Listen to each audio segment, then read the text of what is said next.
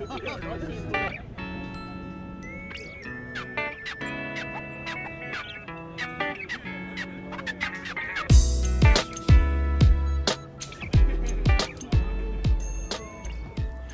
man skal læse statskundskab, så tror jeg, at det allervigtigste det er, at man har en helt generel interesse i samfundsforhold og en nysgerrighed over at forstå, hvad det er for nogle dynamikker, der gør sig gældende ude i samfundet. Det hele starter med RUSU'en, som er en introduktion til både de formelle rammer omkring studiet, fagene, hvor skal jeg have timer osv. Og så er det også en introduktion til de uskrevne regler. Vores RUSU var virkelig godt planlagt, og det var rigtig sjovt, og der var hele tiden gang i den. Og de havde sørget for, også ugerne efter vores RUSU, at der var fester hver fredag.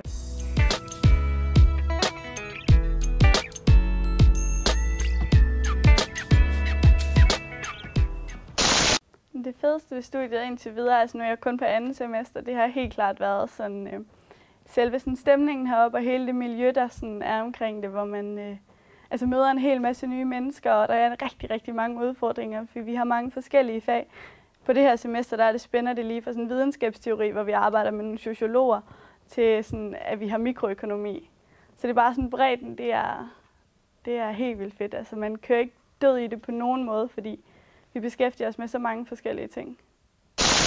Det er, når man ved at følge med i medier til dagligdagen, lige pludselig kan gennemskue, hvorfor det er nogle ting i verden foregår, som de rent faktisk foregår, og hvorfor politikere gør, som de gør. Statskundskab, det er et generaliststudie. Og det betyder, at man i løbet af sin studietid får berøring med utrolig mange forskellige fagområder. Det vil altså både dansk politik, international politik, EU, økonomi, sociologi osv. Og det her det betyder, at man, når man har været igennem de her ting, på en eller anden måde får en forståelse for, hvad det er, der foregår ude i samfundet. Og på den måde kan man også sige, at det er en slags almendannende uddannelse. Man får nogle egenskaber og en indsigt, som man har glæde af resten af sit liv. Både i sit arbejdsliv, men også som menneskelige egenskaber.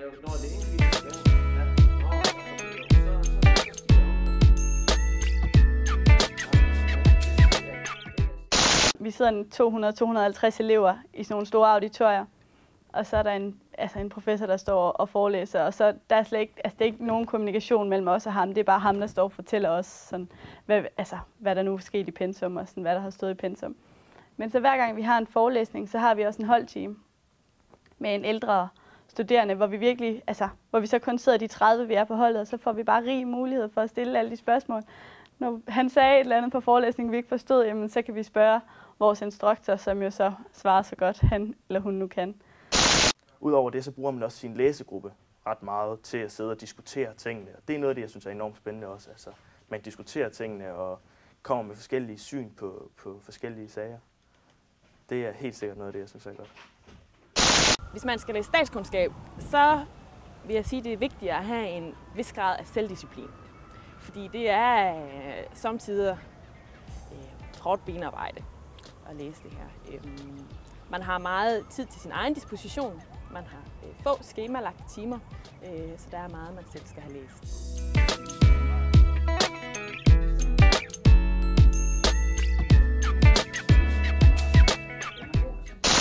Studielivet er det, der overrasker mig mest positivt her på statskundskab. Det er rigt, og det er forskelligartet, og man har mulighed for at engagere sig på både fagligt niveau, på praktisk niveau, og i det hele taget få skabt gode netværk og få mange nye venner og praktiske udfordringer ud over det teoretiske studieliv. Med mit hold og min læsegruppe, som jeg er meget sammen med, der har vi både været ude og spille fodbold og alverdens turneringer, vi har deltaget i, og samtidig har vi også her til at ind og se nogle rigtig spændende foredrag og sådan noget. Det hele det er sådan, centreret omkring det, som vi kalder foreningsgangen.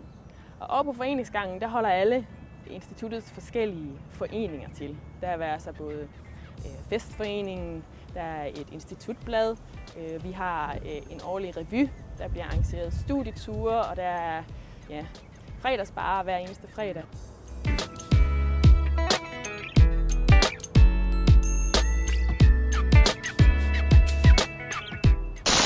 Statskundskab, det favner som sagt rigtig bredt. Så der er ikke rigtig nogen veje, der ligesom er lukket. Til gengæld er der en del veje, der er åbne. Men jeg har i hvert fald ikke fortrudt, at jeg valgte statskundskab. Det har helt sikkert været det rigtige valg for mig. Grunden til, at jeg kommer, det er, fordi jeg synes, det var utroligt sjovt. Og jeg har ikke nogen konkrete planer om, hvad jeg skal bruge det til. Selvfølgelig har jeg en drøm, som så mange andre, om at komme til udlandet og sidde med en eller anden fed position, enten i Bruxelles eller på en ambassade. Men som sagt, det er ufatteligt få os, der kommer derud. Indtil videre vil jeg bare have lov til at læse det og have det sjovt med det.